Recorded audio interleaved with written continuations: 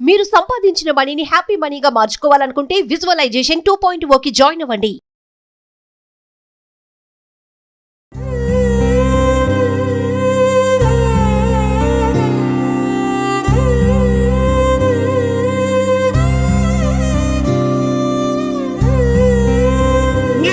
చిన్న చిన్న పిల్లలకి అగాయితాలు జరుగుతుంది. ఏం చేసి ఏం చూస్తున్నాను సార్?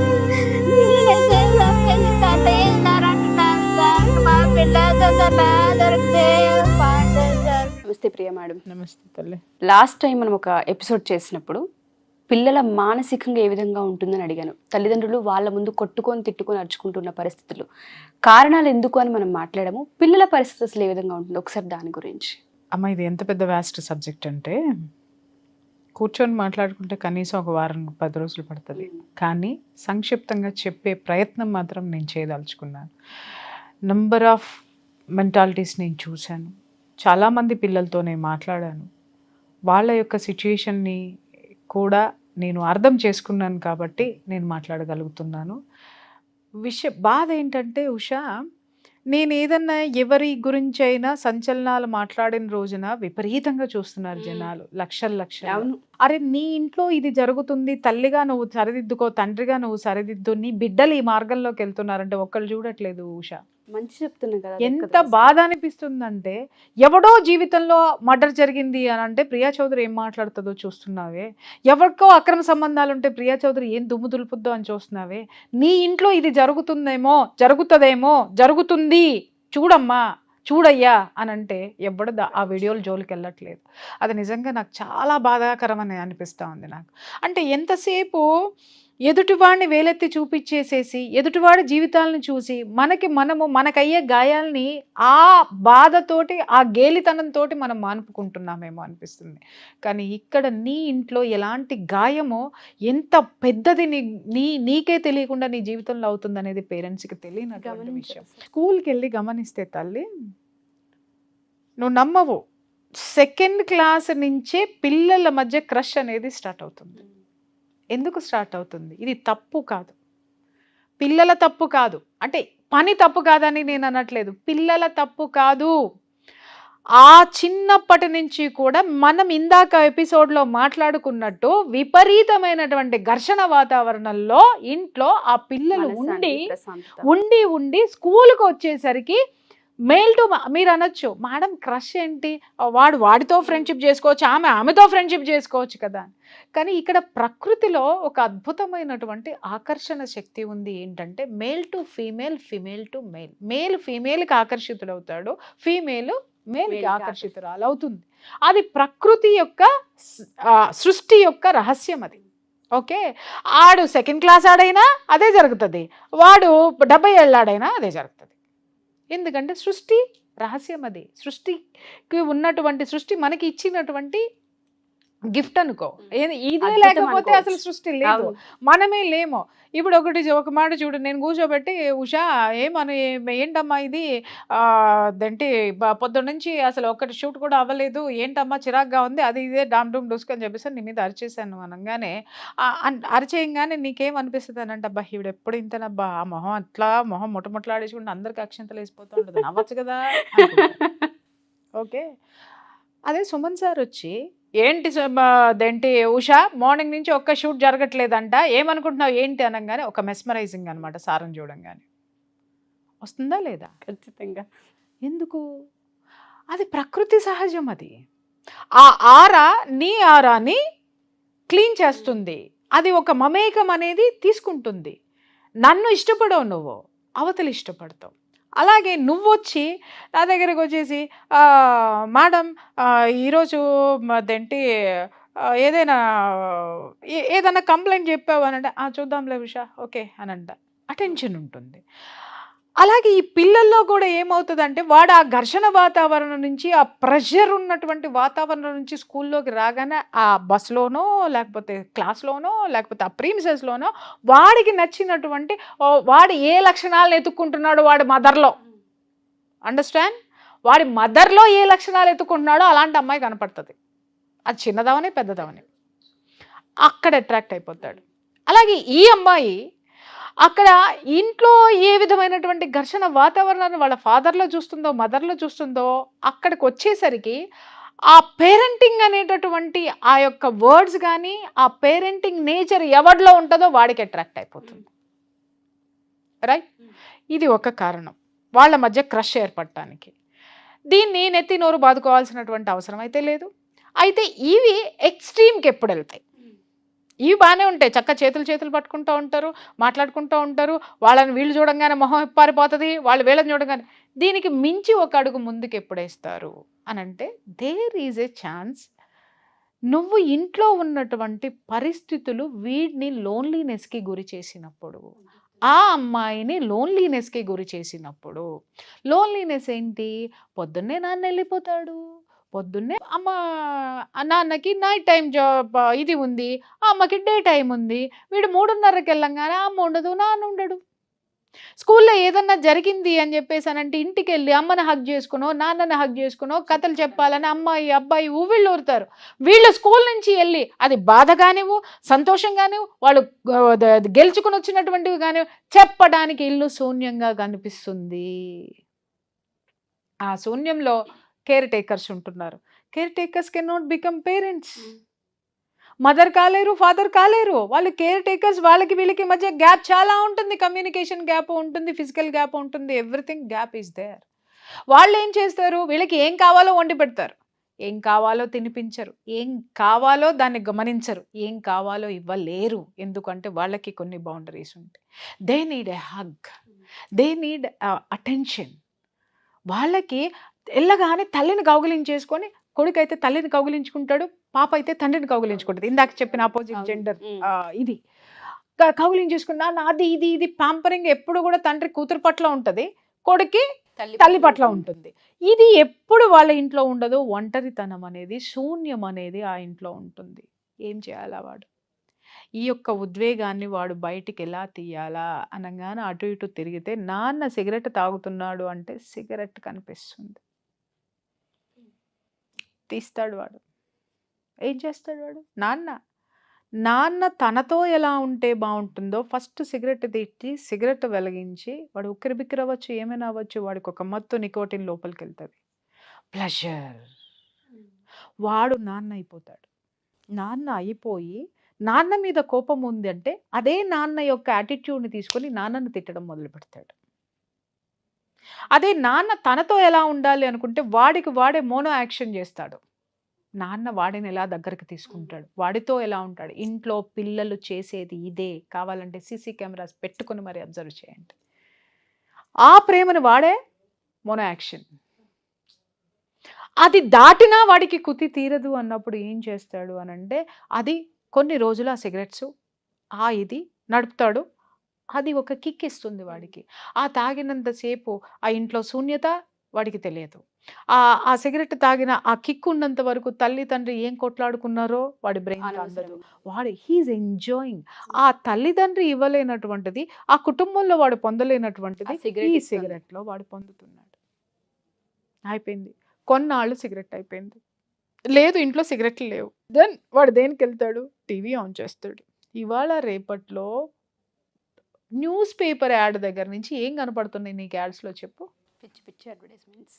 ఏ ఒక్క దాంట్లో అనేటటువంటిది కామన్ వర్డ్ తప్ప బుద్ధి జ్ఞానం లజ్జ సామాజిక బాధ్యత లేనటువంటి బాధ్యతారాహిత్యమైన ఈ సమాజానికి నేను చెప్తున్నాను, ఎవడు దేన్ని నమ్మాలన్నా కూడా ఆడ మగ అనేటటువంటి అట్రాక్షన్ని తీసుకొని వచ్చి చుమ్మనాలో కౌగిలింతలో ఇంకేదో అన్నీ పెట్టేసి న్యూస్ పేపర్ అమ్మడానికి పట్టు చీరకు కూడా ఇంకా దేనికి కూడా ఆ అట్రాక్షన్ అనే దాన్ని బట్టి వదిలవతల పడేస్తున్నాడు. వాడు అది ఏంటి అని ఆలోచిస్తాడు. ఇక్కడ వాళ్ళు వయసుకి మించి ఎందుకు వెళ్తున్నారు అనేది నీది ఒక పాయింట్ రావచ్చు. అప్పుడు ఏమవుతుంది అని అంటే నేను దానికి చెప్తాను.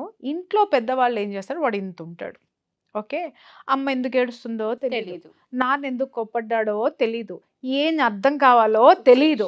ఇప్పుడు ఈ అమ్మకి బాధ అయింది అంటే వాళ్ళ పుట్టింటోళ్ళని పిలుస్తుంది. అయ్యకి బాధ అయితే ఆ పుట్టింటోళ్ళు వస్తారు. పుట్టింటోళ్ళు వచ్చి వీళ్ళు ఏమే పడుతున్నారు ఇక్కడ, ఎవరిది నిజమో ఎవరిది అబద్ధమో చెప్పడానికి ఈ పిల్లల్ని ఇన్వాల్వ్ చేస్తారు. ఏం జరిగిందిరా, అమ్మ ఏమంటుందిరా, నాన్నేమన్నాడురా అని వీళ్ళు అడుగుతారు. వీళ్ళ తరపున అమ్మ తరపున వాళ్ళు అడుగుతారు. అమ్మ ఏం చెప్తుందని నాన్న తరపున వాళ్ళు అడిగేసి వాడి దగ్గరే వాడిని అక్కడే పెట్టుకొని వాడి వయసుకు మించినటువంటి మాటలన్నీ మాట్లాడుతూ ఆలోచనలన్నీ అక్కడ చేసేస్తూ ఉంటారు.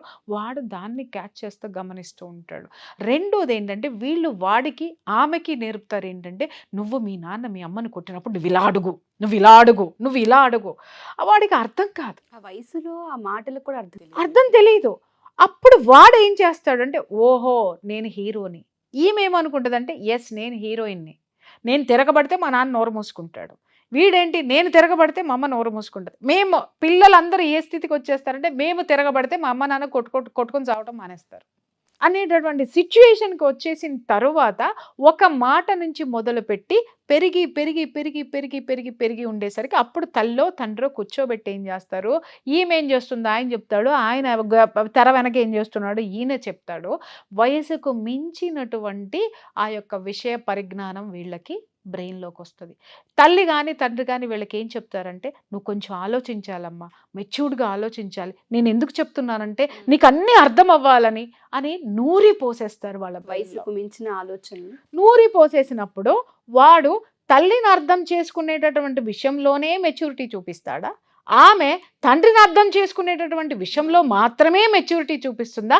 అక్కడి నుంచి ఆ బ్రెయిన్ ఆలోచించడం అనేది అది దాటి గడప దాటి ఇంటి చుట్టుపక్కలకు వచ్చి స్కూల్కి వచ్చి స్కూల్ నుంచి ఇంకెక్కడికో వెళ్ళి టీవీలో చూసిన తర్వాత టీవీ నుంచి ఇంకా ఇంకా ఇంకా ఇంకా పెరిగిన తర్వాత ట్యాబులకు వస్తుంది.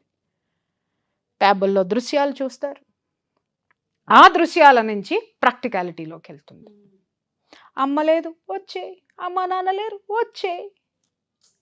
ఈరోజు 7th క్లాస్ 8th క్లాస్ పిల్లలు also they are participating in sex at their own houses. అడగండి, చూడండి, అబ్జర్వ్ చేయండి.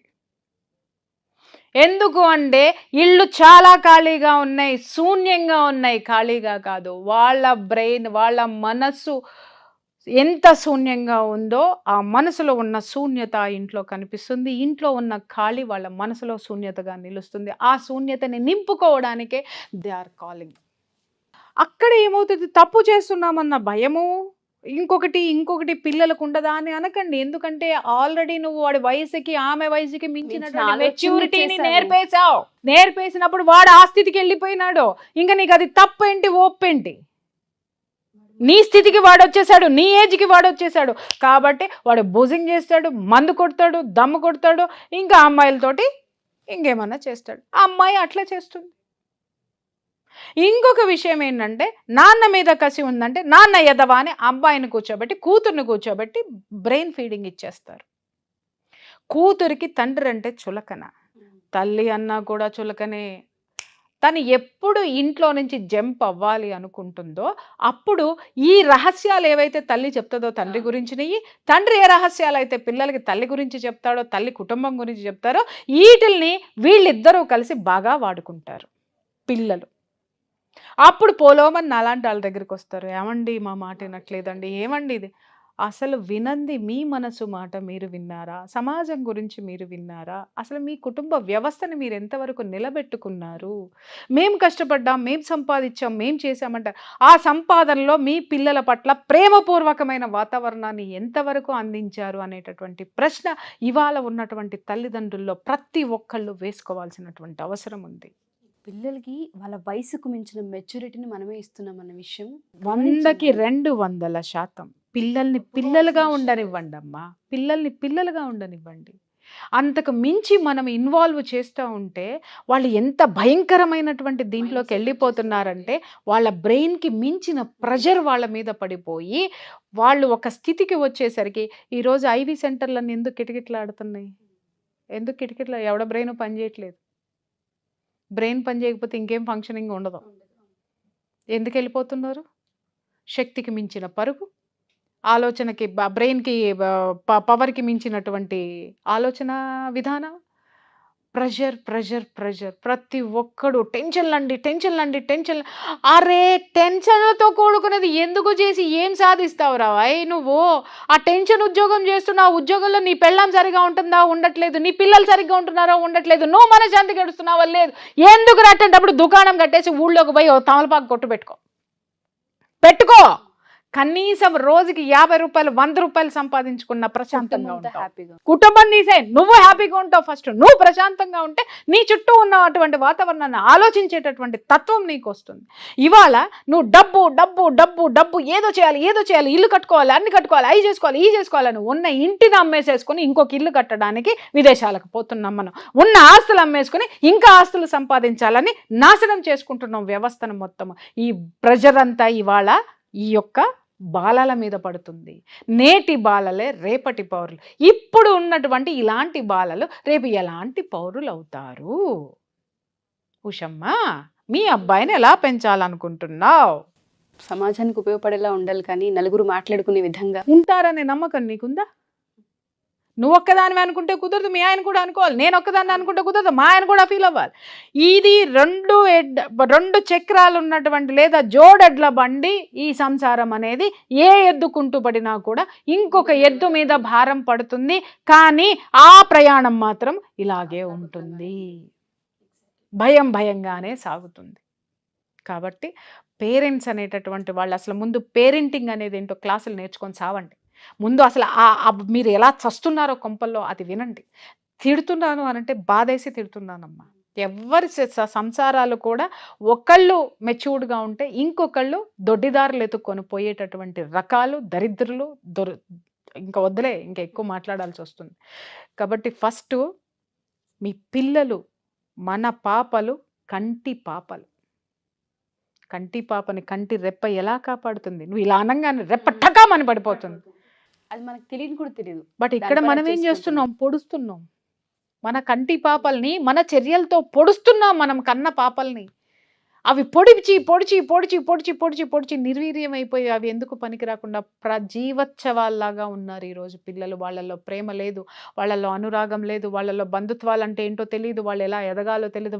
ఎవ్వడికి ఇవాళ ఉన్న పిల్లల్లో ఎవ్వడికి కూడా ఒక అంబిషన్ లేదు, ఒక గోల్ లేదు.